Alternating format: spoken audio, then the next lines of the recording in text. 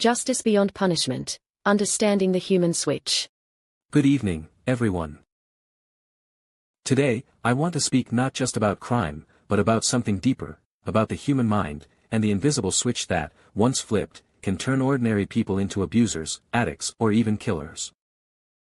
Recently, Japan carried out its first execution in years, the so-called Twitter killer. The world focused on the horror of his actions. But very few asked, why did this happen?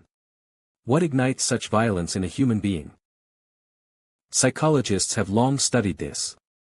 They call it the trigger switch, a moment when suppressed trauma, emotional isolation, or unresolved rage bursts through in the form of violence. And it's not just murder.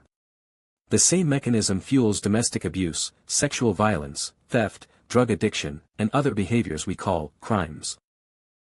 In Japan, a major legal reform recently replaced its dual sentencing system, hard labor and imprisonment, with a unified form of custodial sentence. On paper, it emphasizes rehabilitation over punishment. But here's the problem: systems change faster than people. Without public understanding of trauma, addiction, or psychological roots of violence, this reform risks becoming cosmetic. Across the world, societies are failing not because laws are weak, but because we're afraid to look inside the human heart. What if instead of asking, how can we punish them, we asked, why did this happen, and how can we prevent the next one?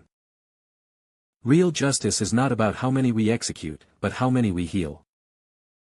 If we, as a global society, began to understand that crimes are often the symptoms, not just choices, then perhaps, one day, the death penalty itself would become obsolete. Thank you.